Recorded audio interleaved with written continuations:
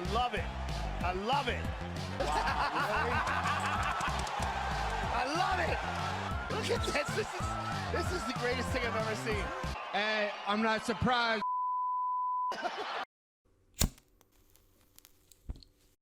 Hey my homies, what's poppin', man? UFC 271, I'm already half baked and I've got to try bounce back a little bit on this one, you know. Dennis Bonder with the Jamal Hill spaghetti arm, you know what I'm saying? It wasn't a great card last time. UFC 271 guys, Hamzat smash the like button, let's get high, let's break down fights, let's go. Jeremiah Wells taking on Blood Diamond. I'm gonna spark up purely because Blood Diamond has had many kickboxing battles, you know. He's worked hard to get to the UFC. He's from City Kickboxing too, and he's been there for a few years. He's got that Israel Adesanya style to him, you know. Go watch a couple interviews.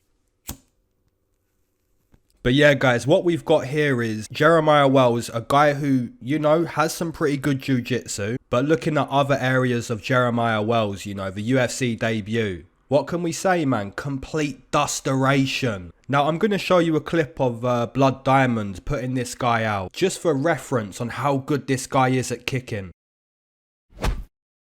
You know, his opponent was mid-combination, you know, throwing the punches mid-combination, and Blood Diamond just, you know what, I'm just going to put the head kick out there. I'm going to get this fight over and done with. You know, posted on the arm and just threw the head kick, man. It was beautiful. Complete dusteration. So when I'm looking at who's the better kicker, who's the better striker in this type of matchup, I'm going to say Blood Diamond. But he hasn't got a lot of mixed martial arts experience, you know, it's just striking experience. Now, that's not to say that City Kickboxing isn't going to have this man prepared. They're gonna have him prepared. If I'm Jeremiah Wells, you know, I'm taking this fight to the mat, because ultimately if you're striking, you're giving Mike what he wants, you know what I'm saying? For me personally guys, I'm gonna side with Blood Diamond purely because I think Jeremiah Wells is gonna try stand and bang, and if you try stand and bang with this guy, you know, you're giving him what he wants, you know what I'm saying? So yeah, it's a good matchup. I'm gonna side with Blood Diamond on this one, and if I had to make odds on this one, you know, you'd have to keep it pretty 50-50 purely because this is mixed martial arts, this isn't kickboxing. And the actual numbers you've got, Blood Diamond plus 200. Okay, where's the blunt?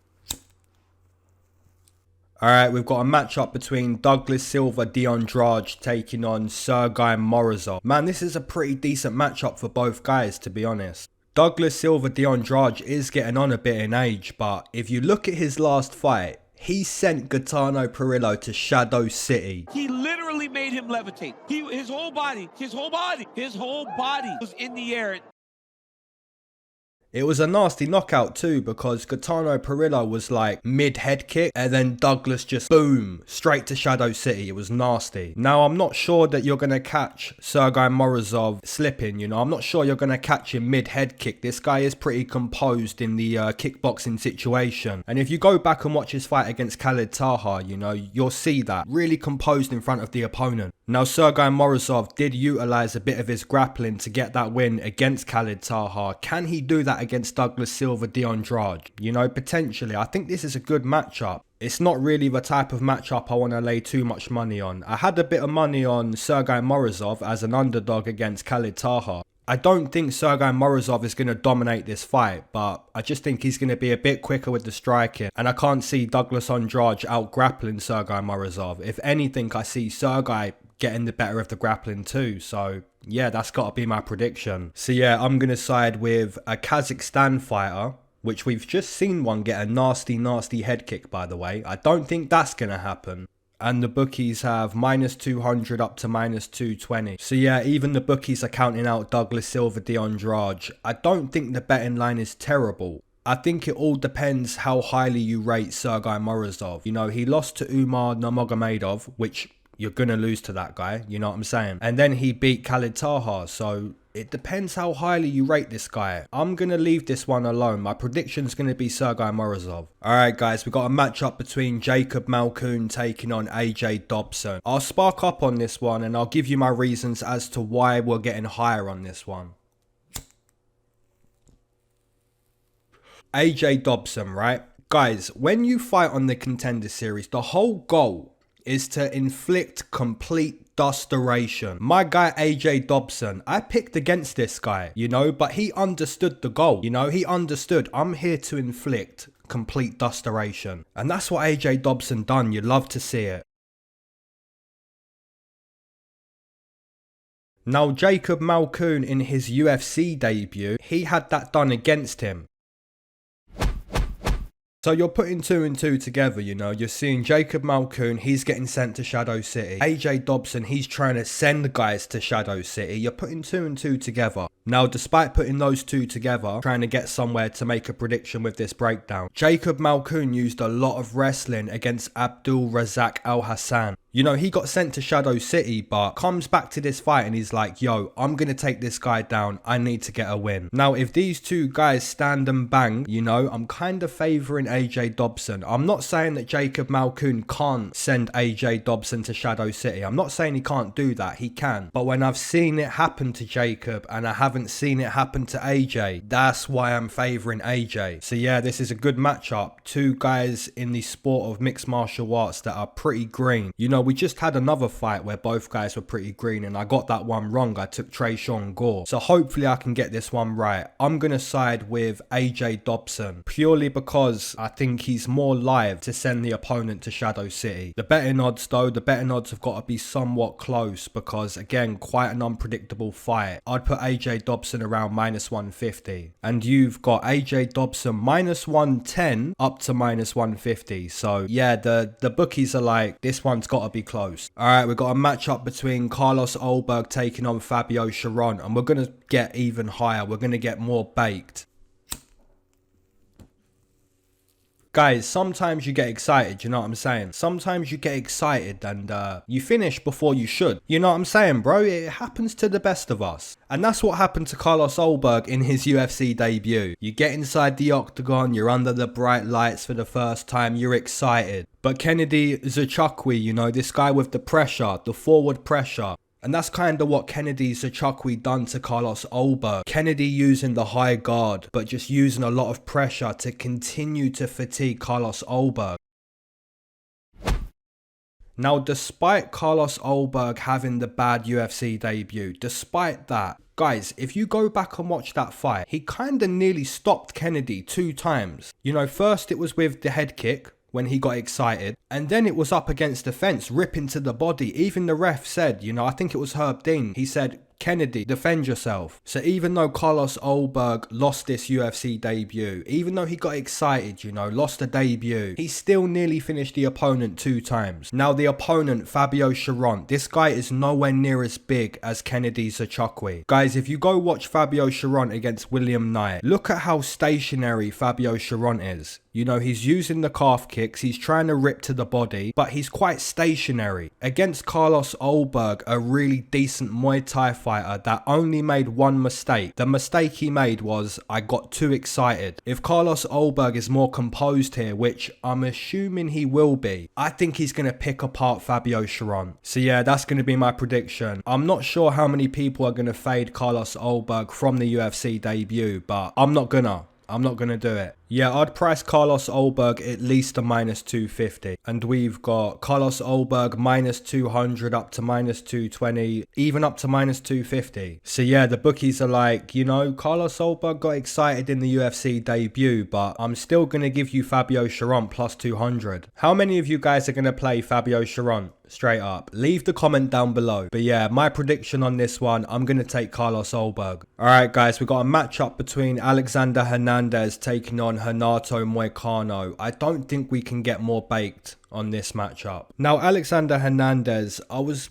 looking at this guy's UFC career yesterday and it's a weird career. You know, there's moments like the UFC debut, then he like kind of out wrestles Olivier Aubin-Mercier and you're even more impressed. But then there's moments where he's running away from Francisco Trinaldo, getting beat up by Donald Cerrone, which, you know, it's okay to a degree because it's Donald Cerrone. And then he's getting walked down by Thiago Moises, Drew Dober sending him to Shadow City. It's a weird UFC career. Now the opponent, Renato Moicano, kinda has a dusty chin, guys. Guys, I'm not super confident on this matchup for either side. I think the better striker, without a doubt, is Renato Moicano. You could also say that Moicano has better jiu-jitsu than Alexander Hernandez. Guys, I'm going to make a prediction that I think most people are going to disagree with, but even I understand why you would disagree with this prediction. I'm going to take Alexander Hernandez to beat Renato Moicano. And for anyone picking against that, I understand, because how many times have we been unimpressed with Alexander Hernandez? A lot of times. But if he can just wrestle Renato Moicano, or have one moment where he lands real clean on the chin, you know, he has got a chance in beating Renato Moicano. I want to see wrestling over striking. Even if you can get Moicano a little bit fatigued with the wrestling and then start to strike and try dust the chin. You know, I think there's a path for Alexander Hernandez, and I know most people are going to disagree. And again, I understand why you would disagree, because it's Alexander Hernandez, you know. Why am I putting my faith in this guy? Now, the chances of that happening compared to the chances of maybe Moicano landing calf kicks or even having success with his grappling, I'd have to keep the odds pretty close. I'll put both of these guys minus 110. And I'm sure the bookies...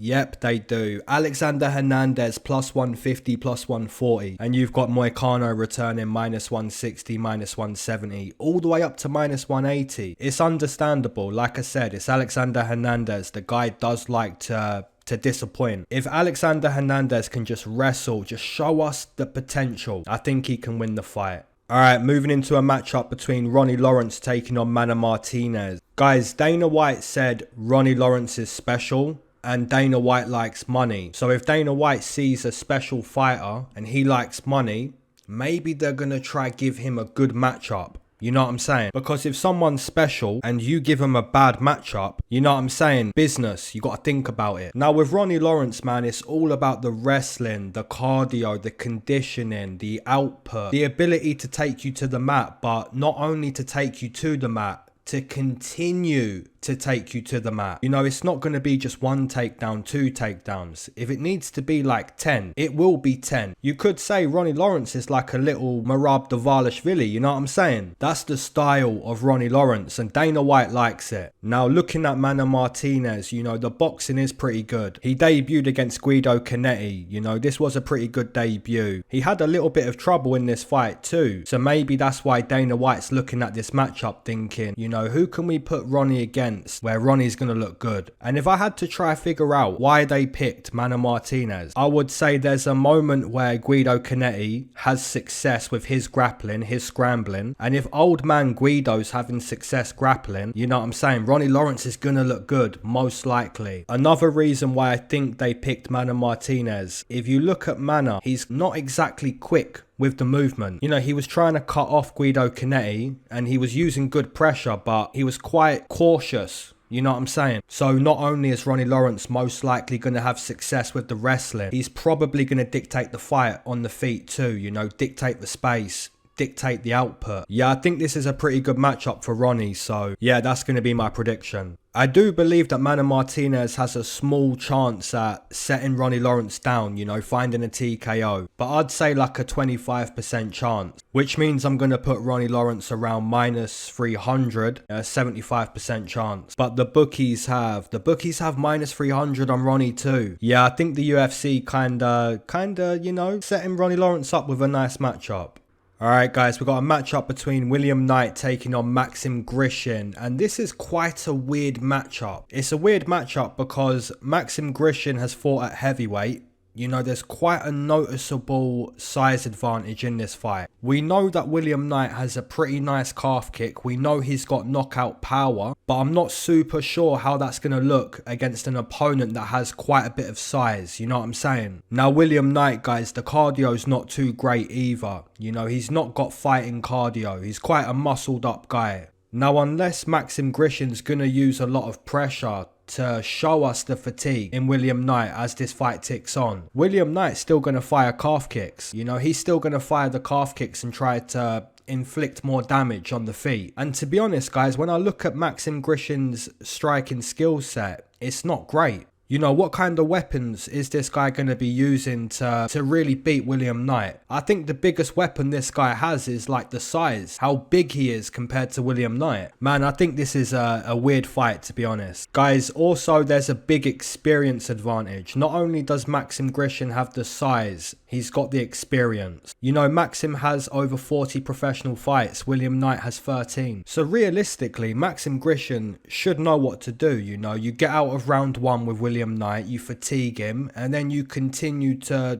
bring out that fatigue. Whether that's going to be pushing him against the fence or smacking him back with a jab, it has to be one or the other. And I think maybe Maxim Grishin can do that. But again, it's a weird fight. I'll side with Maxim Grishin, not super confident. I'd give Maxim Grishin close to a minus 200 chance. I'll put in minus 170. And you've got that as well, man. You've got Maxim Grishin minus 170, minus 180. So it's like, yeah, he should be the favourite. So yeah, guys, I'm going to side with the Russian, but I'm not as confident on this Russian as I normally would be. You know what I'm saying? Alright, we've got a matchup between Alex Perez taking on Matt Schnell. Man, I'd have to lean towards Alex Perez being the winner of this fight. And the main reason why I'm going to lean towards Alex Perez, I think Matt Schnell has the dusty chin and Alex Perez has the good boxing, you know what I'm saying? You know, you put 2 and 2 together, I think if Alex Perez lands clean at any point, really good chance he's going to TKO Matt Schnell. If I'm looking at like the positives of Matt Schnell, there's not many, but maybe the jiu-jitsu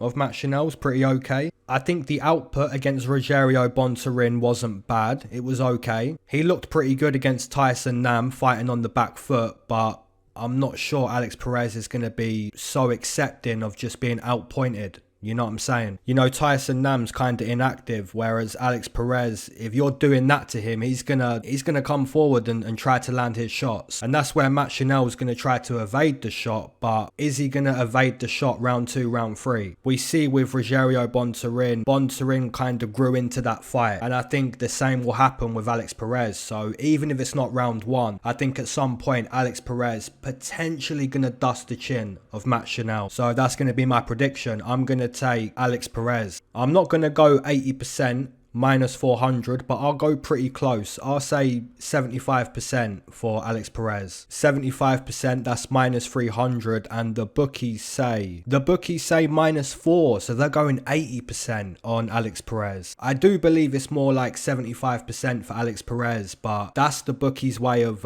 making you overpay, making you pay a little bit of tax. But yeah, guys, my prediction has to be Alex Perez. I think the chin of Matt Schnell, little bit dusty, you know what I'm saying?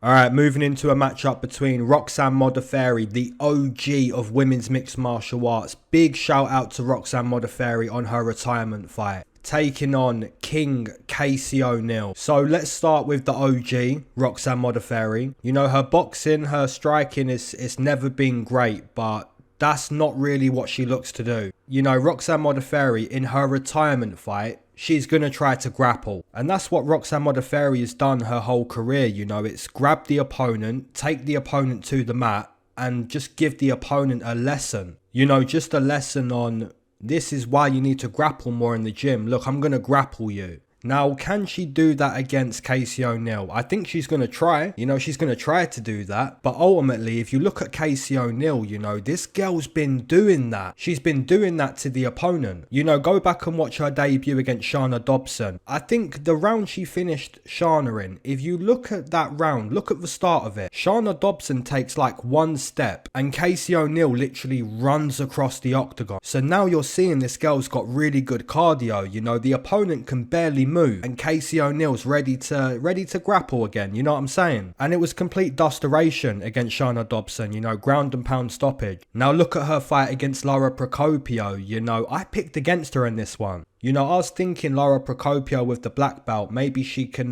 you know, have a good fight against Casey O'Neill. But man, I was wrong, you know. Again, Casey O'Neill showing just how good the cardio is. She can grapple heavy round 1, round 2. She can grapple all night. Then you look at the fight against Antonina Shevchenko where, you know, Antonina was doing some nice work with the Muay Thai clinch. But again, if you can't do it round in, round out, Casey O'Neill is gonna take you to the mat. You know, this girl wants to fight heavy round round in, round out. And if you can look good early on, that's okay. But are you going to look good in round 2? Because that's where Casey O'Neill's going to show you, I want to beat you. We're going to go hard again round 2. Now, Roxanne Modafferi has made a career out of that. You know, she's the one to usually show the opponent, look, I'm going to keep grappling. You know, not only does Casey O'Neill have the checkmate where she can grapple with Roxanne, probably out grapples her. Not only does she have that, she's arguably the better striker, which is crazy because Roxanne Modafferi's been around for a long time and already Casey O'Neill's probably going to be the more effective striker. And some people will say, well, Roxanne Modafferi's like 40 years old, but that's not the reason why. You know, Roxanne's never been a great striker and Casey O'Neill's probably going to dust her in the Muay Thai clinch. So if the fight's striking or grappling on the mat, I think this is the new era. This is King Casey O'Neill. So yeah, that's got to be my prediction. I'd say around 75% on Casey O'Neill, so minus 300. And the bookies have minus 350 up to minus 400. My goodness. So even the bookies are like, you know, if you play this spot, bro, you're going to pay for it. Don't try to cheat us. Don't try to take the easy fights. We're going to make you pay for it. Alright guys, moving into a matchup between Andrei Arlovski taking on Jared Vanderaa. You know, usually guys, I would pick against Andrei Arlovski. Usually I would do that, but against Jared Vanderaa, man, I've got to pick Arlovski. And one of the main reasons why I'm going to do that, he's got the big octagon to work with. If you look at Andrei's recent fights, like against Philippe Lin, Tanner Boza, Sherman, Carlos Philippe, you know, what he's trying to do in these fights is basically just outpoint the opponent. Now, against a really good Muay Thai fighter in Tom Aspinall, he couldn't do that, and rightfully so. Andrei Arlovski is like 43 years old. You know, realistically, he shouldn't be beating any heavyweight. But the OG, the former champion, Andrei Arlovski, still proving, you know, I'm here to compete. I think he's basically going to outpoint Jared Vanderaa, just circle on the outside of the octagon. He may not even be pressed against the fence. He may control the octagon even more than that against a guy like Jared Vanderaa. If you look at Vanderaa, he's been absolutely obliterated by Sergey Spivak, absolutely obliterated by Romanov. The only time Jared Vanderaa has done well, which was against Justin Tafa. You know, he was just kick heavy against Justin Tafa, which kind of kept the firefight away. Anytime that Justin Tafa was trying to get into boxing range, Jared Vanderaa fired the kick. And that's why Justin Tafa found it difficult to find those kill shots. Now, Arlovski's not really going to go for that kill shot the way Justin Tafa tried to do that. You know, he's probably going to try to outpoint the opponent on the back foot. So yeah, guys, I'm going to side with the OG, the Pitbull, Andrei Arlovski. I'd price Andrei Arlovski around minus 200. And you've got Arlovski minus 140, minus 150. Maybe I do bet on it. You know, it is a numbers game. And the number on Andrei Arlovski looks pretty decent. Alright, my homies, you know what time it is, man. Time for a smoke break. If you waited to smoke with me, amen. If you've been smoking this whole time, double amen. If you're not a smoker but you enjoyed the smoke breaks, that's a triple amen, gang. Let's go. Hope you guys are doing well, doing blessed, having a good day, having a good week, man. This is a big card, UFC 271. Guys, the smoke break's always a good time to shout out the community. You know, this video is probably premiering and there's some people in the chat, so I want to shout you guys out. You know, amen to the whole community. You guys are legends of the game. Last week I said, did we really go to the moon? And to be honest, we had quite a few comments. There was a mixture, you know, we did go, but we faked the footage. We didn't go, we really did go. There was a mixture of comments and I respect them. You know, I enjoyed reading all of those comments. Now, the question this week, the smoke break question this week. Guys, I'm not American, so I don't know too much about Area 51, but the smoke break question, what's going on? You know, Area 51, what's going on? In Area 51, man, drop the comment. For me personally, you know, obviously, 100%. Men in Black, you know, they got the aliens in the Area 51, you know, 100%.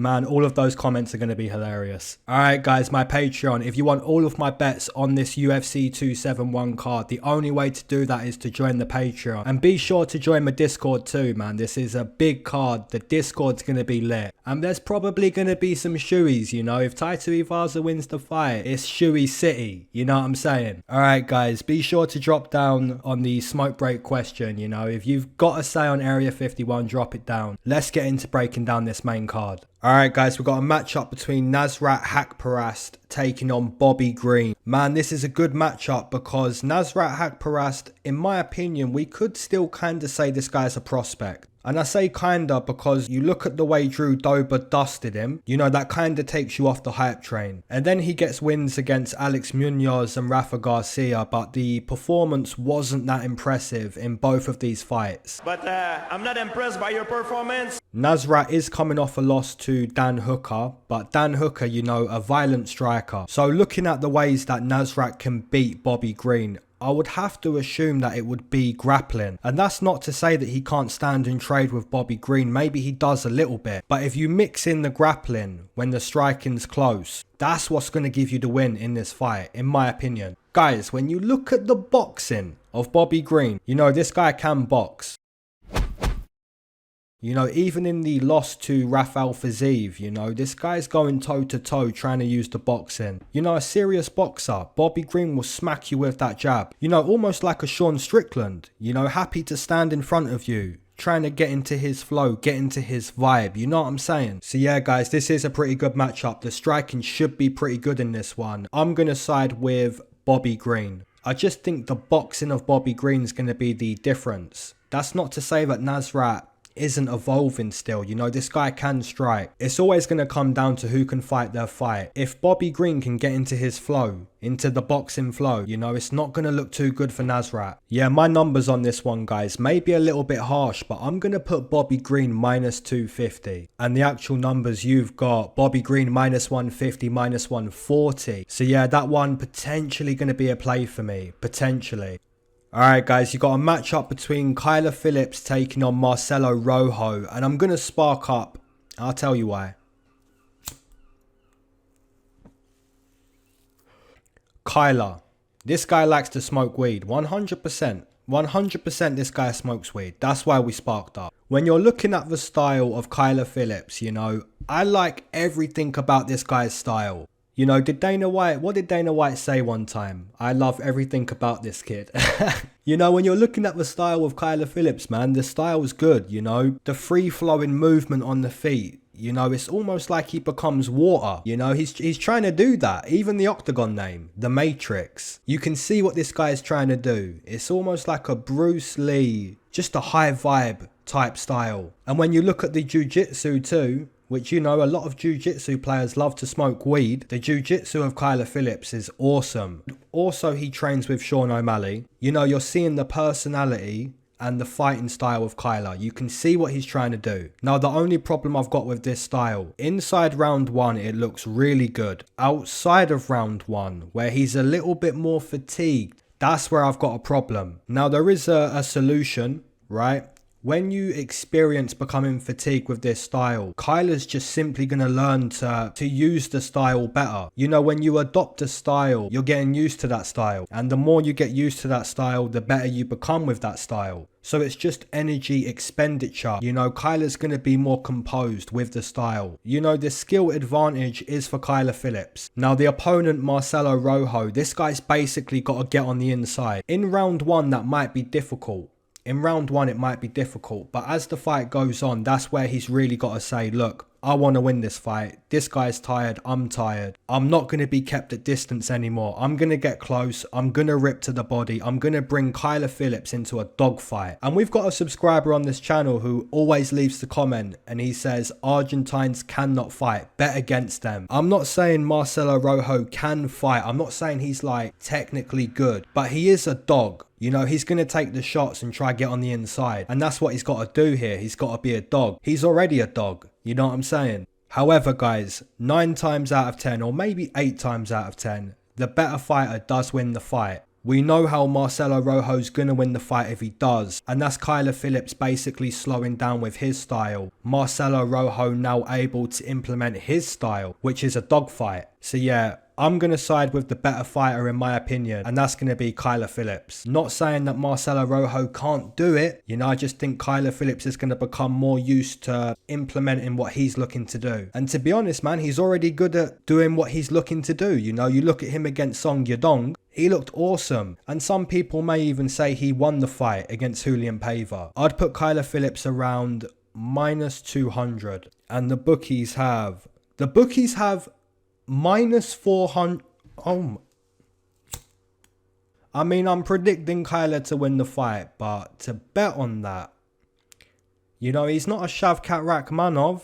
You know what I'm saying? He's not a Jailton Almeida. Alright guys, moving into a matchup between Jared Cannonier taking on Derek Brunson. Now realistically, what I should do is be like, if Derek Brunson has blonde hair, let's stop the breakdown, make that prediction, move on to the co-main event. Now I'm not entirely sure if Derek Brunson has the blonde hair, so I'm gonna do the breakdown. Because let's be honest guys, Derek Brunson with the blonde hair compared to Derek Brunson without the blonde hair, massive difference. You know what guys, I'm gonna do it. I'm gonna do it. I'm gonna pick against Derek Brunson with the blonde hair. I'm gonna do it. And I'll tell you one of the reasons why. I'm not scared. I'm not scared of Derek Brunson with the blonde hair. I should be, because I bet on Darren Till and he beat him. I bet on Kevin Holland and he beat him. I bet on Edmund Shabazian and he beat him. Yeah, Derek Brunson kind of dusting me up a little bit, you know what I'm saying? However guys, if you get a 16 in blackjack against a 10, do you hit or stand? You know what I'm saying? I'm taking Jared Cannonier. Now, getting to the breakdown, if Derek Brunson can take Jared Cannonier to the mat multiple times, or even one time, good chance he can win the fight. The reasons why I'm going to pick Jared Cannonier, this guy used to fight at heavyweight. So when it comes to like punching power and strength in the clinch, you know, Jared Cannonier is ready to go there.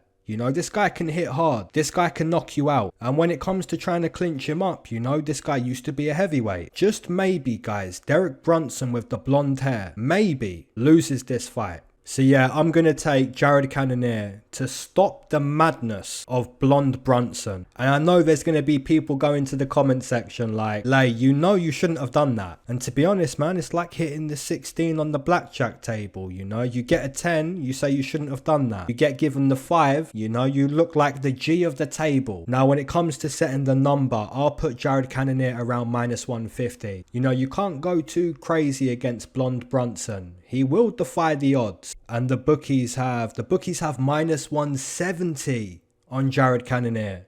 Guys, if he does it again, man, I'm going to be amazed. But then again, are we really going to be amazed? Are we really? Alright, my homies, we've got to spark up for the co-main event. Derek Lewis taking on Tai Tuivasa. And big shout out to one of the Discord members that we've got, Panda. The last time we bet on Tai Tuivasa and won that bet, Panda done a shoey and posted it in the Discord. It was hilarious too, man. So yeah, Panda's probably gonna do that again if we bet on Tai Tuivasa. But yeah, let's spark up. Guys, maybe we all do the shoey if Tai Tuivasa wins, you know. If you're listening to this breakdown, maybe you do the shoey, you know. Even if you're betting on Derek Lewis and Tai wins the fight, you've got to do the shoey. Alright, we've got a matchup between Derek Lewis, who we know who Derek Lewis is. This guy's trying to knock you dead. This guy's trying to send you to Shadow City. You know, one-way ticket, Shadow City. Hashtag one-way ticket, Shadow City. I like that. Now, the question you've got to ask yourself for this type of matchup, if Derek Lewis connects against Tai Tuivasa, will he knock out Tai Tuivasa? I think most times out of 10, most of the time, the answer is going to be yes. And that's not to say Tai Tuivasa's not tough, you know, this guy's pretty tough. But if it's Derek Lewis finding that clean shot, you know what I'm saying, he's up there with Francis Ngannou. You don't want to get hit clean by Derek Lewis. And that's even if you're Tai Tuivasa, you know, you can be tough as nails, but if Derek Lewis catches ya, you know what I'm saying? Now on the flip side, if Tai Tuivasa can land some calf kick, maybe grapple a little bit, just evade that shot round 1. Or even if the shot lands but he rolls with the shot. You know, what I'm trying to say is, if Tai Tuivasa can somehow go 1 round without getting knocked out, Tai Tuivasa's got a chance to piece up Derek Lewis. And he's not going to piece him up the way, you know, Cyril Gane pieced him up. It's not going to look super clean, but he is still going to be landing his shots, which is going to force Derek Lewis to retaliate or, you know, curl up like he normally does. I think if Tai Tuivasa wins this fight, it's because he evaded that kill shot in round 1 and basically fatigued Derek Lewis enough to quit. You know, Derek Lewis will quit if he gets tired. If you can make him a bit tired, he's going to quit. It's kind of difficult to make him tired because you're so scared to engage. And the reasons why you're scared to engage, you don't want to get knocked out. You know, you're kind of respecting him. But Tai Tuivasa, you know, this guy is a madman. He's not going to be scared to engage with Derek Lewis. You know, there is a good chance that Derek Lewis can knock out Tai Tuivasa, but I'm going to make that prediction. I'm Team Shui. My prediction on this fight, guys, Tai Tuivasa. Like I said, if he doesn't get knocked out in round 1, I think he's basically gonna tee off on Derek Lewis in round 2. And then he's gonna transition to the cage with the shoe for the shoey. Let's go. You've got to keep the odds pretty close. I'd put both of these guys -110. And the bookies say Tai Tuivasa +150. There you go. So man, maybe you do 2 shoeys, you know. If you bet on Tai Tuivasa as an underdog and it cashes, that's 2 shoeys. I'm Team Shoey on this one. Alright my homies, main event, the rematch. Israel Adesanya taking on Robert Whittaker. If you've enjoyed this video, enjoyed the breakdowns, be sure to send the like button to Shadow City. Hashtag one-way ticket, you know what I'm saying? Now this main event, guys, you know, it would only be acceptable to spark up before we break this fight down. Now here's what I think with this main event. We see the first fight, right? Robert Whittaker got dusted to Shadow City. He got dusted 2 times in that fight. You know, 2 times before the fight was called.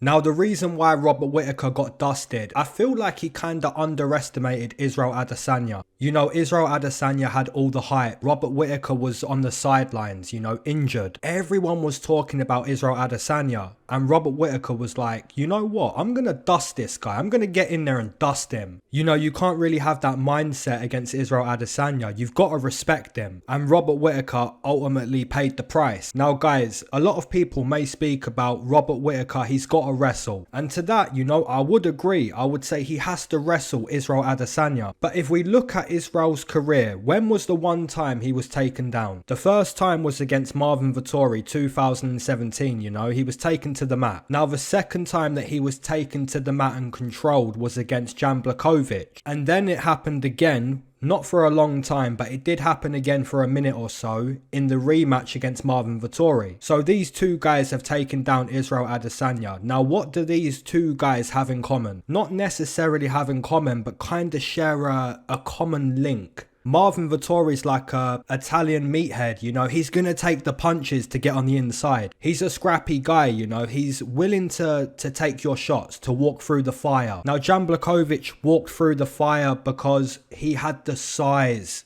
against Israel Adesanya. He wasn't intimidated like these other guys, you know. Jan Blachowicz, light heavyweight, big guy. Now it happened again in the rematch, you know, Marvin Vettori walking through the fire to get the fight to the mat. Now guys, I'm asking myself, will Robert Whittaker walk through the fire to get the fight to the mat? Now, considering he's already been dusted 1 time by Israel Adesanya by disrespecting him, I'm going to say he can't get this fight to the mat. Now, I know his wrestling's good enough to get the fight to the mat, but when I'm thinking about how he's going to try to get that takedown, I don't think he wants to get dusted. I think he's going to respect Israel Adesanya. The only time this guy was taken to the mat was by Marvin Vettori, who's going to take those shots, and against Jan Blachowicz, who's a bigger guy. I think Robert Whittaker's going to return to what he normally does, and that's play chess with the opponent. I'm talking about striking techniques. I'm going to try to trick you. You're going to try to trick me. You're going to try to land your shots. I'm going to evade and I'm going to hit you with my shots. That's what Robert Whittaker likes to do. He's looking to outclass the opponent. However, Israel Adesanya is the best chess player in the UFC. So even if Robert Whittaker returns to his style, which is playing the game, Israel Adesanya plays the game, man. He's really good. So ultimately, even if Robert Whittaker fights a better fight, which means respecting the opponent, which he's probably going to do, even though he's going to do that, he's still probably going to lose the fight,